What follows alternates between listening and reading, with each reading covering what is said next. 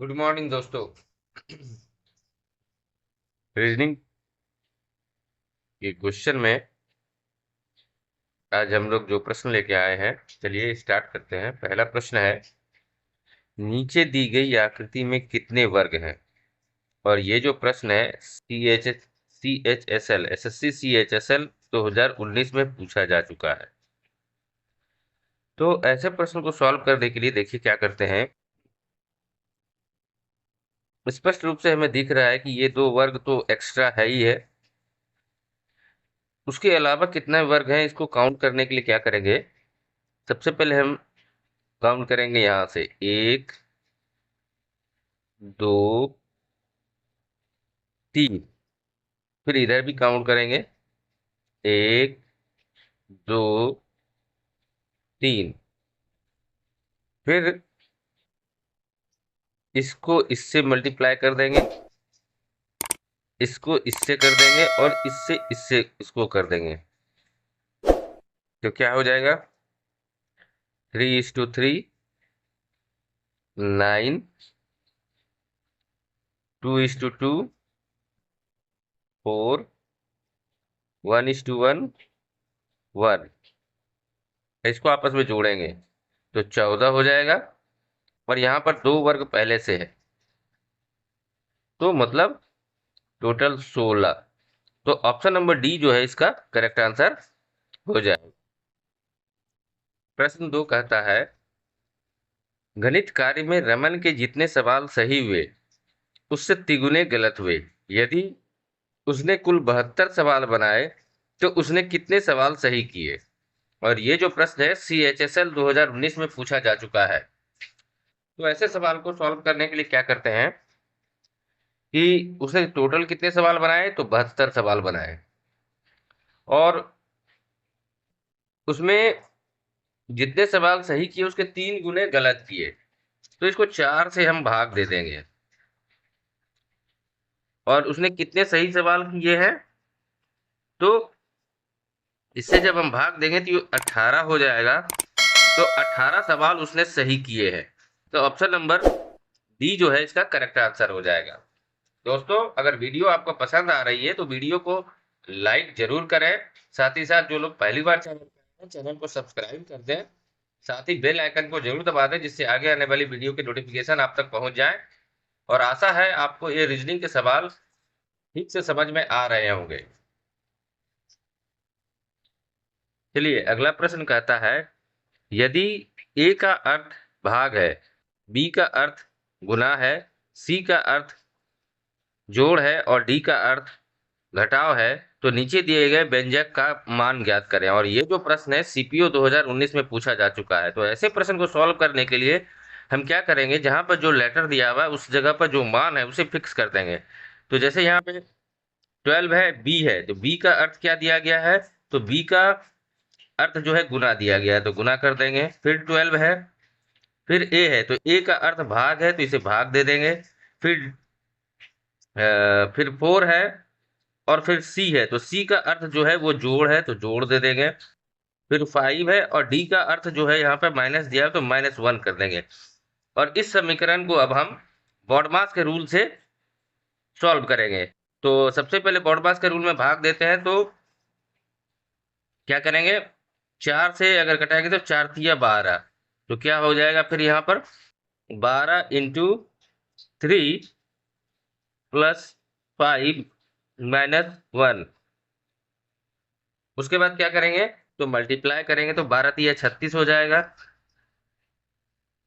+5 -1।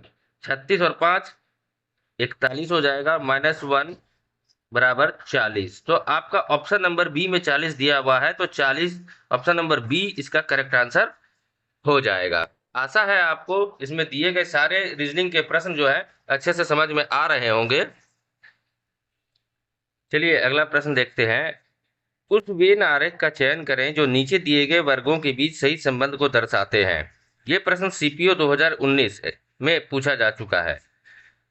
तो देखिए ये वेन आरेख का सवाल है कि इसमें क्या दिया गया, Indonesia is to Asia is to Bangladesh. तो ऐसे प्रश्न को सॉल्व करने के लिए सबसे पहले जो दिया गया है उसका हम एक वेन आरेख बनाते हैं।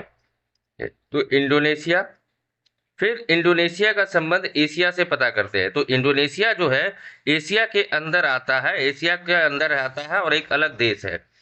तो एक बड़ा बेनारक बनेगा जो जिसके अंदर इंडोनेशिया आ जाएगा। फिर बांग्लादेश, तो बांग्लादेश एशिया के अंदर आता है, लेकिन वो इंडोनेशिया के अंदर नहीं आता है, दोनों अलग अलग देश है। तो एशिया के अंदर तो आएगा, ये बेनारिक इसका हो जाएगा। इसका मतलब ऑप्शन नंबर डी जो है इसमें ऐसा बेनारिक दिया हुआ है, तो ऑप्शन नंबर डी जो है इसका करेक्ट आंसर। इस श्रृंखला का प्रश्न है नंबर एनालॉजी में, मतलब इसमें क्या है कि ये श्रृंखला दी हुई है 102, 110, 126, 150, 182। तो ये प्रश्नवाचक के स्थान पर कौन सी संख्या आएगी? तो इसको सॉल्व करने के लिए क्या करते हैं कि यहां से इसके अंतर को देखते हैं। तो यहां से अगर आप अंतर को देखें तो यहां पर +8 हो रहा है। फिर यहां से यहां जाइएगा आप, तो देखिए ये +16 हो रहा है। फिर 126 150 पे जाएंगे तो +24 हो रहा है। ठीक है।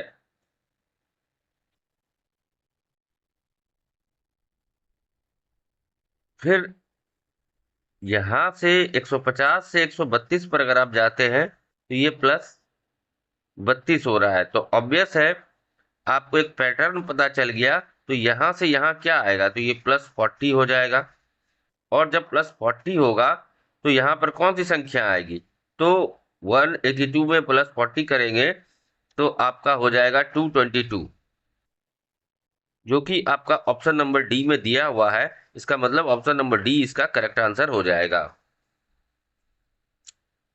चलिए अगला प्रश्न कहता है उस संख्या युग्म का चयन करें जिसका संबंध दिए गए संख्या युग्म के संबंध शब्दों के बीच है। और यहाँ प्रश्न में है 216:243। ये जो प्रश्न है सीपीओ 2019 में पूछा गया है, प्रीवियस ईयर का क्वेश्चन है। तो क्या करते हैं इसके लिए, तो इसको समझने का प्रयास करते हैं कि 216:243 कैसे आया। ठीक है, 216:243 कैसे आया? तो देखिए 216 जो है ये आपका 6 का क्यूब है, और 243 जो है ये 7 का क्यूब है। तो इस दोनों के बीच क्या है? इस दोनों के बीच एक का अंतर है। ठीक है, एक का अंतर है, मतलब यहाँ पे +1 भी कह सकते हैं आप, +1 एक का अंतर है। तो यहां पर अगर आप देखें तो ये तो 6 का क्यूब है, लेकिन ये जो है अगला जो है यहाँ पर 7 का क्यूब होना चाहिए था, लेकिन ये 7 का क्यूब नहीं है। इसका मतलब ये गलत हो जाएगा। और ये जो संख्या बी में दी हुई है ये 1331, ये किसी का भी युग क्यूब नहीं है, इसका मतलब ये नहीं होगा। फिर 27 है, तो 27 जो है ये 3 का क्यूब है। और आपका 125 जो है ये 5 का क्यूब है। लेकिन इस दोनों के बीच जो है आप देखिएगा तो 2 का अंतर है। और 8 है फिर, तो 8 जो है ये 2 का क्यूब है। और 27 है तो ये 3 का क्यूब है। मतलब इस दोनों के बीच जो है एक का अंतर है, जो कि हमारे इससे मिलता है, प्रश्न में दिए गए युग्म से मिलता है। इसका मतलब ऑप्शन नंबर डी जो है इसका करेक्ट आंसर हो जाएगा। अगला प्रश्न है हमारा, नीचे दिए गए विकल्पों में से लुप्त संख्या को ज्ञात करें। ये जो प्रश्न है एमटीएस 2008 में पूछा जा चुका है।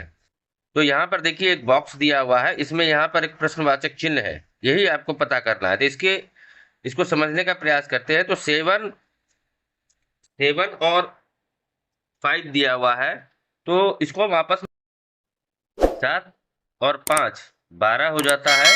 और इसका स्क्वायर जब आप करेंगे तो ये 144 हो जाता है, जो कि यहाँ पर दिया हुआ है।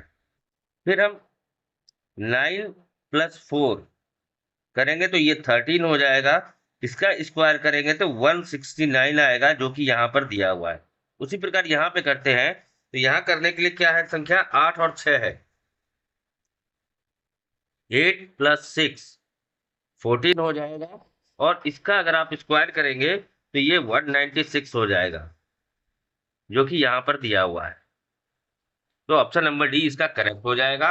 और दोस्तों, वीडियो पसंद आने पे वीडियो को लाइक जरूर करें, और जो लोग पहली बार चैनल पे आए चैनल को सब्सक्राइब अवश्य करें।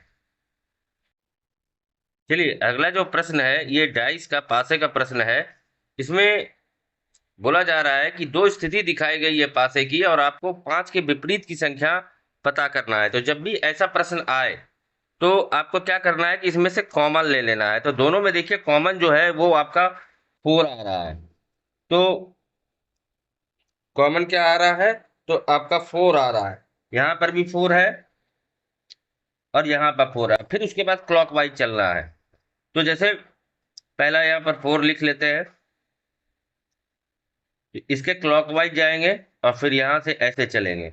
तो पहला में क्या आ रहा है, 1 आ रहा है, और फिर क्या आ रहा है, तो 3 आ रहा है। फिर इसमें देखते हैं तो इसके क्लॉकवाइज चलेंगे ऐसे, और फिर ऐसे चलेंगे। तो यहाँ पर जो 4 का है तो वो क्या आ रहा है, तो आपका 2 आ रहा है, और फिर क्या आ रहा है, तो आपका 6 आ रहा है।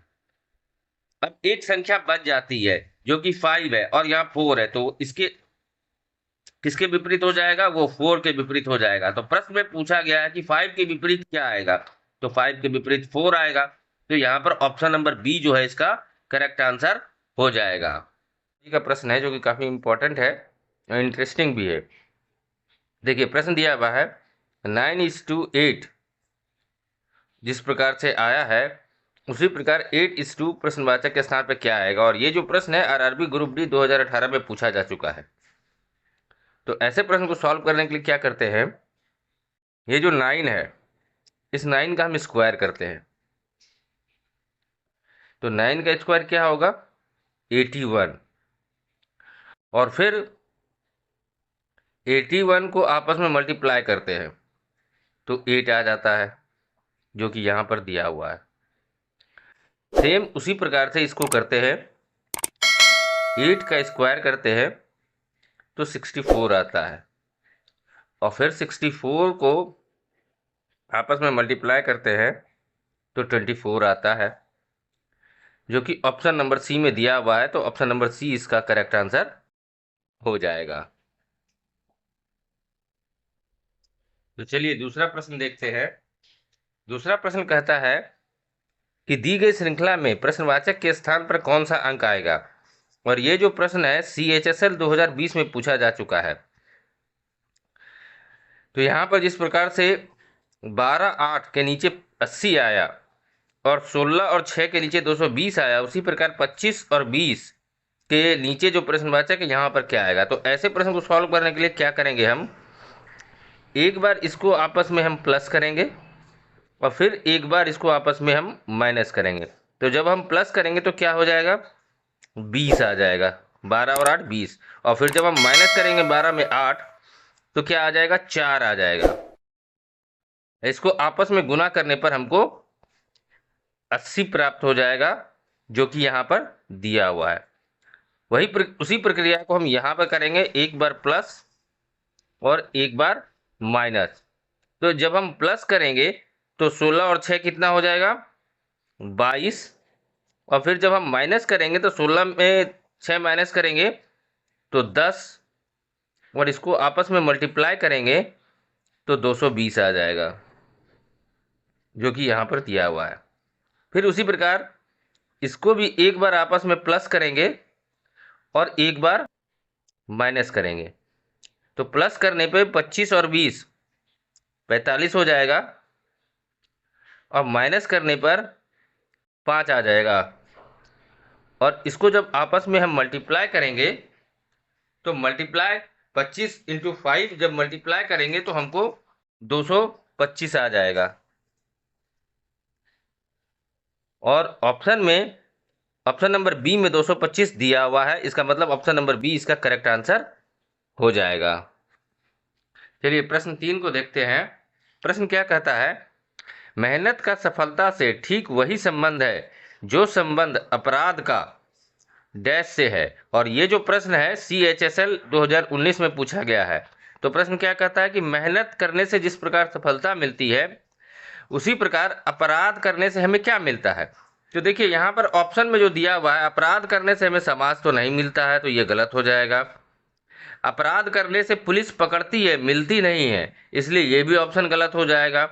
और अपराध करने से इनाम तो बिल्कुल नहीं मिलता है, तो ये भी ऑप्शन आपका गलत हो जाएगा। तो अपराध करने पे हमें क्या मिलता है, तो अपराध करने पे हमें सजा मिलता है, इसलिए ऑप्शन नंबर ए जो है इसका करेक्ट आंसर